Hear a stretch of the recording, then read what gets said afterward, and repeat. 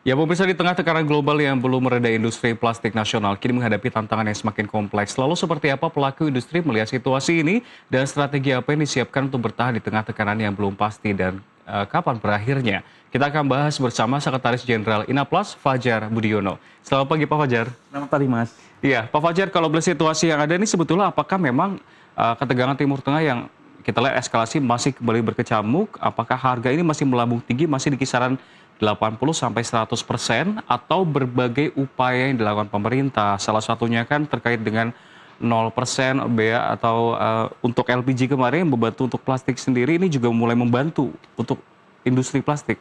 Jadi, Mas, kalau kita lihat di minggu kemarin itu, Hmm, begitu kita selesai bertemu dengan Kementerian Perindustrian untuk update masalah ketersediaan bahan baku pada kondisi eh, survival mode kemarin, hmm, 2-3 minggu yang lalu. Minggu ini sudah jauh lebih baik. hmm, Karena apa? Karena dengan adanya pemerintah mengeluarkan keputusan untuk kaji ulang biaya masuk LPG menjadi 0%, dan hmm, mudah-mudahan minggu ini sudah keluar Permenprin dan hmm, PMK-nya, sehingga LPG bisa masuk 50 hari yang akan datang. hmm, Dan kemudian saat ini juga tren harga di regional, hmm, ASEAN maupun Asia, sudah mulai turun. hmm, Kemudian di minggu ini juga beberapa produsen dalam negeri sudah menurunkan harganya juga untuk bahan baku plastik. hmm. Sehingga kita berharap di jangka menengah sampai di akhir tahun ini, meskipun Middle East masih bergejolak perangnya, tapi dari sisi volume dan kuantiti bahan baku di luar nafta kita sudah mulai aman. Karena kita sudah nafta juga dapat dari luar Middle East, kemudian ada tambahan LPG, di Mhm, mana nanti LPG itu biasanya di pertengahan tahun harganya jauh lebih murah daripada nafta. Sehingga ini momentum. Terima kasih sekali lagi ke pemerintah yang telah cepat respon kondisi pasar, sehingga bahan baku ini kita harapkan makin turun terus, sehingga new era atau equilibrium baru di harga plastik ini segera terjadi, gitu, mhm. Mas. Lalu Pak, kalau kita melihat, saat ini kan sudah mulai terlihat membaik, tapi apakah sudah mulai sampai ke hilirnya Pak, atau masyarakat-masyarakat di bawah? Karena kalau kita melihat kan mungkin, eee, tren-tren masyarakat di pinggir jalan yang jualan plastik, mereka terpaksa harus, demi mengejar margin atau Hmm. demi mendapat keuntungan, ini kan harus mengecilkan porsi Hmm. makanan dan lain-lain. Tapi kalau Anda melihat secara menyeluruh, ini sebetulnya seperti apa? Apakah sudah mulai terasa atau masih jauh ke masyarakat? Jadi weekend kemarin saya juga ke pasar, lihat kondisi masyarakat sendiri. Jadi dari sisi variasi produk Mhm, itu sudah mulai ada beberapa yang sudah down gauging. mhm, Kemudian dari sisi konsumsi kelihatannya juga belum terlalu sudah mulai kembali ke sedikit agak normal. Memang harga di hilir masih belum signifikan ngikutin harga pergerakan mhm, di hulunya. Tapi kita perkirakan 2-3 minggu lagi harga di plastik hilir atau barang jadi plastik sudah mulai turun juga, mhm, sehingga kenaikan-kenaikan yang ada sekarang antara 80 sampai 100% itu mungkin sudah mulai keredam, dan mungkin sudah mulai ada konsumen-konsumen yang sudah mulai berani mengkonsumsi seperti kondisi normal. Tapi kalau harga kembali ke normal rasanya masih agak berat, gitu, Mas. baik. Lalu Pak, kalau kita melihat ini kan sebetulnya bukan cuma sebulan, mungkin 2 bulan kenaikan harga plastik kemarin dan juga kekurangan bahan baku, walaupun sekarang sudah mendapatkan akhirnya kan, stok yang lebih baik dibandingkan sebelumnya. Namun untuk, industri sendiri apakah, eee, ini sempat membuat para pelaku industri akhirnya melakukan berbagai strategi, mungkin PHK atau seperti apa? Atau ini masih jauh dari hal tersebut, Pak? Jadi kalau untuk PHK sampai hari ini di anggota Inaplas belum ada kabar. Kalau menurunkan kapasitas produksinya, iya. Jadi Mhm, kalau di hulu kemarin sampai sempat di 70%, karena kalau di hulu itu di bawah 70% sudah pasti tidak ekonomis, lebih baik dia mematikan mesin mhm, industrinya, tapi tidak kejadian. Kemudian kalau di industri hilir itu kalau di bawah 50% mereka juga tidak ekonomis, tapi sampai hari ini mereka juga masih di atas itu. Jadi secara produksi kapasitasnya turun, iya, tapi mhm. untuk PHK belum ada. Dengan situasi krisis energi yang terjadi saat ini, apakah ini menunjukkan bahwa memang Indonesia atau industri dalam negeri harus mulai kemandirian industri petrokimia nasional, Pak? Karena kan kalau kita melihat datanya sebetulnya kan kita sempat bergantung terhadap impor nafta ini sampai 90%, dan untuk Timur Tengah sendiri 60 sampai 70%, Pak. Ya, jadi kalau kita bicara kemandirian energi, sebenarnya dari tahun 2008 kita sudah ada kajian dan sudah kita sampaikan ke pemerintah untuk Indonesia menambah 3 kilang lagi refinery yang bisa terintegrasi dengan petrokimia. Jadi 3 kilang itu kira-kira 1 kilangnya 300.000 barel per hari. Jadi tapi sampai hari ini cuma ada 1 tambahan yang di Balikpapan sehingga masih sangat kurang. Nah, ke depan memang kalau memang kita harus mandiri, ya harus mandiri energi dulu dengan nambah 3 kilang. Tapi kalau tidak bisa juga kan sekarang teknologi cukup bagus berkembang. Jadi kita bisa menggunakan feedstock di luar minyak. Jadi kita bisa menggunakan batu bara yang sekarang sudah mulai banyak dibangun di Cina. Dan itu secara keekonomian sudah mulai masuk. Kemudian ke depan juga nanti kita juga bisa mulai mengembangkan untuk bio feedstock. Karena kalau bio feedstock Indonesia cukup lumayan punya materialnya, yaitu dari CPO. Mas. Lalu apa Pak yang menjadi bottleneck atau hambatan sebetulnya dari kacamata Anda dan juga komunikasi dengan pemerintah? Karena kan Anda mengatakan bahwa untuk pengadaan 3 kilang minyak sendiri sebetulnya dari tahun 2008 isunya. Ya, memang kendalanya pertama masalah lahan ya. Jadi lahan itu kan 300.000 barel per hari itu kita harus cari lahan yang punya laut dengan kedalaman minimal 14 meter. Which is itu kilang-kilang yang bisa hanya di Balikpapan dan mungkin Balongan tidak bisa segitu. Balongan paling bisa cuma 200.000 barel per hari karena memang pelabuhannya kurang memungkinkan sehingga kita berharap swasta bisa masuk. Kemarin juga ada proyek besar yaitu Pertamina Rosneft yang ada di Tuban, tapi sampai hari ini juga masih terkendala karena juga memang politik global itu menjadi salah satu penghambat untuk kilang Rosneft tersebut. Nah, mudah-mudahan ini nanti dengan kondisi politik global ini, kilang Rosneft bisa segera dipercepat lagi karena kan lahannya sudah ada, kemudian kepastian bahan baku sudah ada, cuman memang tinggal hitung-hitungan keekonomian dan politiknya nanti bagaimana.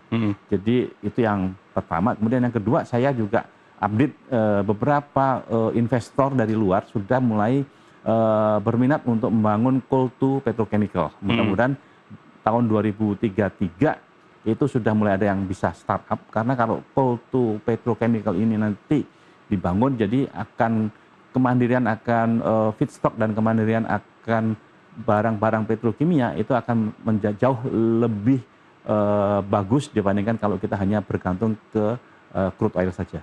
Ini menarik Pak Fajar, karena kan Anda mengatakan bahwa tadi terkait dengan investasi ini perjanjian atau pembahasan itu sebelum eskalasi Timur Tengah atau seperti apa Pak? Dan kalau kita melihat kan memang harga nafta sudah perlahan mulai membaik, stok untuk bagi Indonesia juga sudah mulai membaik. Tapi eskalasi Timur Tengah yang masih berkelanjutan, apakah ini tidak membuat kekhawatiran bagi para investor untuk menahan diri, membuat mereka jadi wait and see, Pak?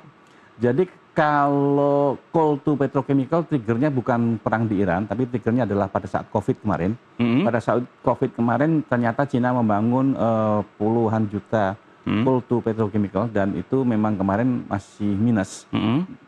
Pasca COVID itu sudah mulai positif dan dengan adanya perang ini malah makin positif. Untungnya marginnya masih lebih besar. Jadi kalau dulu itu margin paling besar adalah dari kilang, dari refinery ke BBM dan petrokimia, kemudian dari nafta ke petrokimia, baru kemudian dari coal to petrokimia dan metanol to petrokimia. Nah, metanol dan coal to petrokimia itu 2022 masih minus. Nah, dengan adanya perang ini, 2026 ini coal to petrochemical paling gede marginnya karena barangnya ada, kemudian secara ongkos produksi mereka energinya juga bisa dipakai dari proses internal mereka sendiri sehingga sekarang coal to petrochemical marginnya cukup bagus sehingga ini kelihatannya beberapa investor mempercepat itu karena batu bara yang digunakan adalah batu bara yang low kalori dan Indonesia banyak sekali itu. Baik. Tentunya ini juga diharapkan Pak dengan isu lingkungan kalau kita membahas soal batu bara. Sedangkan pemerintah sendiri kan sudah mulai fokus ke arah sana juga. Tapi kita akan bahas lebih jelas nanti usai jeda Pak Fajar dan pemirsa tetaplah bersama kami karena Nusantara Economic Updates akan kembali saat lagi.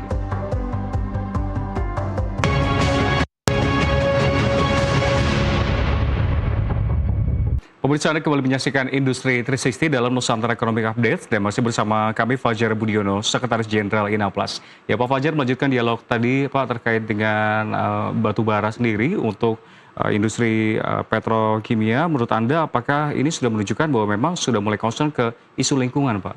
Jadi kalau batu bara yang selama ini digunakan menjadi energi memang dari sisi isu lingkungan lagi hot-hotnya dibahas untuk beberapa negara mengurangi penggunaan batu bara. Tetapi dengan adanya krisis ini, beberapa negara yang kemarin sudah stop menggunakan batu bara, sekarang sudah mulai menggunakan batu bara kembali. Tetapi kalau batu bara sebagai feedstock petrokimia, jauh lebih ramah lingkungan dibandingkan batu bara sebagai bahan baku energi. Nah, karena batu bara sebagai feedstock petrokimia itu nanti akan digasifikasi dan kemudian akan dipolimerisasikan menjadi produk dalam bentuk padatan dan itu jauh lebih ramah lingkungan dibandingkan batu bara dibakar hanya sebagai energi saja, Mas.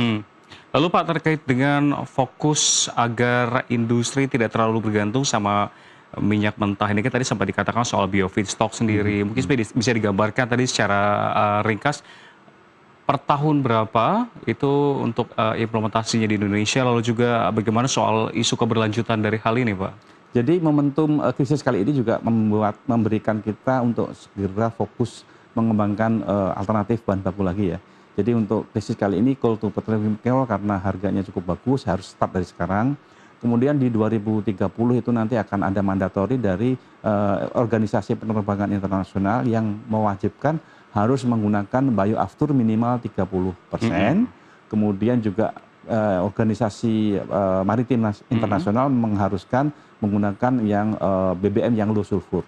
Artinya dua-duanya ini akan sangat membantu untuk mempercepat kemandirian bio BBM juga. Nah, dari bio BBM ini kalau Pertamina ke SAF-nya yang bioafturnya itu masuk dari minyak jelantah, kemudian dari solar kita juga masuk dari D50, mereka akan memproses CPO lebih banyak. Nah, dari situ juga nanti akan keluar byproduct berupa bionafta. Nah, ini kita harus segera juga speed up lagi, jangan sampai peluang 2030 ini menjadi peluang yang lewat aja di depan mata kita dan itu nanti ditangkap oleh negara tetangga.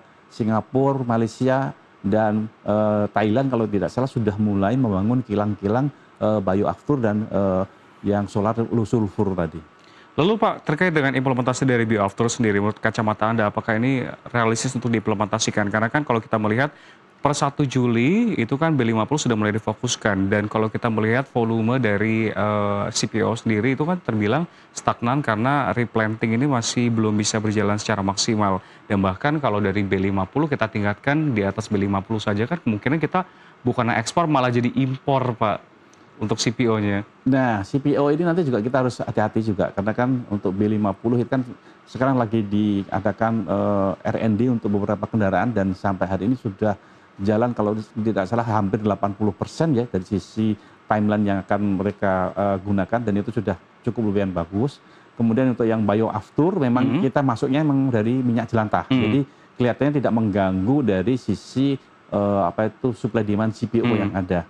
Nah, kayak yang B50 ini memang kita harus hati-hati bagaimana cara mensikapinya. Tetapi dari situ juga untuk bionafta tidak hanya tergantung dari hasil proses CPO. Kita juga bisa menggunakan byproduct yang selama ini tidak dipakai yaitu dari tandan kosong. Dari tandan kosong ini nanti bisa kita proses menjadi metanol sehingga metanol ini nanti bisa masuk sebagai salah satu komponen untuk membuat B50. Jadi secara hitung-hitungan Mas Balan sebenarnya kalau kita bisa mencari atau mengoptimalkan byproduct yang ada seharusnya tidak mengganggu supply demand dari CPO sebagai untuk food konsumsi. Baik, dari tadi mungkin kita bahas soal hulunya Pak, tapi kan kalau kita melihat dari yang terjadi kemarin selama 1 sampai 2 bulan terakhir, tentu ada komunikasi atau pembelajaran bagi di sisi hilir industri. Seperti apa Pak tanggapan Anda? Karena kan kemarin sampai juga banyak yang mengemukakan untuk recycling, daur ulang. Ya. Jadi kalau kita dari sisi hilir memang kita harus melakukan inovasi ya. Jadi inovasi yang pertama memang dengan mahalnya harga biji plastik sehingga akan berakibat barang jadi plastik yang juga naik. Tapi kan rata-rata kita mengkonsumsi plastik itu kan per lembar, bukan per kilo ya. Artinya kita bisa lakukan down gauging dengan menurunkan berat, menurunkan tebal, atau mengurangi dimensinya. Itu sudah banyak dilakukan sekarang. Contoh aja nanti dari plastik-plastik yang tebalnya 30 mikron turun menjadi 20 mikron, artinya kan sudah saving banyak. Dan kalau tidak bisa juga, mereka juga sekarang sudah mulai berinovasi menaikkan kapasitas atau kandungan dari sisi bahan tambahannya, yaitu filler yang biasanya menggunakan kalsium karbonat atau talek. Kemudian juga menggunakan tambahan menaikkan recycle kontennya. Nah, ini juga nanti secara keekonomian akan membantu menurunkan harga per pieces atau per lembarnya. Tapi kalau berkacamata Inapas sendiri, industri Anda sendiri seperti apa saat ini? Mungkin di luar dari eskalasi Timur Tengah. Apakah memang masih dalam kondisi yang konsisten, mengalami penguatan, atau justru memang ada butuh stimulus-stimulus yang diberikan oleh pemerintah sebetulnya? Jadi yang paling banyak nanti untuk mensubstitusi atau mengisi kekurangan virgin plastik memang ada di recycle plastik. Nah, industri recycle plastik itu ada yang bilang kapasitasnya 2 juta ton per tahun, ada yang bilang 3 juta ton per tahun. Tapi fakta di lapangan saat ini yang berproduksi baru 1,5 juta ton per tahun. Artinya masih ada 500.000 sampai 1 juta ton yang bisa diutilisasi lagi. Nah, kenapa tidak bisa diutilisasi optimum itu? Ternyata ada beberapa kendala. Yang pertama adalah masalah PPN.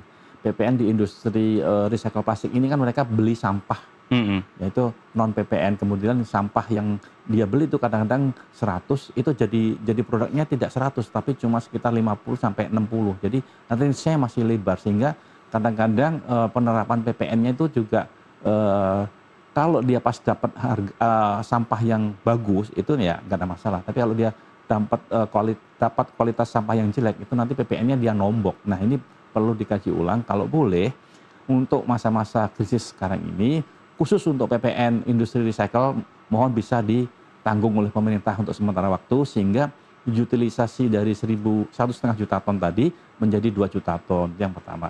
Kemudian yang kedua, nanti juga ini langsung otomatis bisa memperbaiki manajemen pengolahan sampah, berbarengan juga nanti pada saat listrik tenaga sampah ini jalan, mereka udah bisa support ke bahan baku untuk listrik tersebut sih, karena secara keekonomian ini ada tambahan dari potensi kenaikan sampah plastik untuk bahan baku daur ulang plastik, sehingga ini akan lebih mempercepat pertama manajemen pengolahan sampahnya, yang kedua juga bisa mempercepat atau memperbaiki atau menambah kualitas dari bahan baku untuk tenaga listrik tenaga sampah. Baik, Pak Fajar, melalui dialog hari ini saya bisa mengetahui bahwa sebetulnya untuk industri yang di bawah Inaplas sendiri sudah ada perbaikan, mulai dari stimulus dari pemerintah untuk memudahkan untuk biaya masuk sendiri Pak untuk LPG untuk nafta Pak ya. Terus harga plastiknya juga sudah mulai membaik, industri sudah membaik, namun yang menjadi concern adalah untuk industri daur ulang plastik sendiri, PPN-nya kalau bisa untuk ditanggung terlebih dahulu oleh pemerintah. Betul. Baik, sekali lagi terima kasih telah berdialog bersama kami, Fajar Budiono, Sekretaris Jenderal Inaplas. Dan pemirsa, informasi tadi sekaligus menyudahi perjumpaan kita di Nusantara Economic Update. Saya Rian Antono mengucapkan terima kasih, sampai jumpa.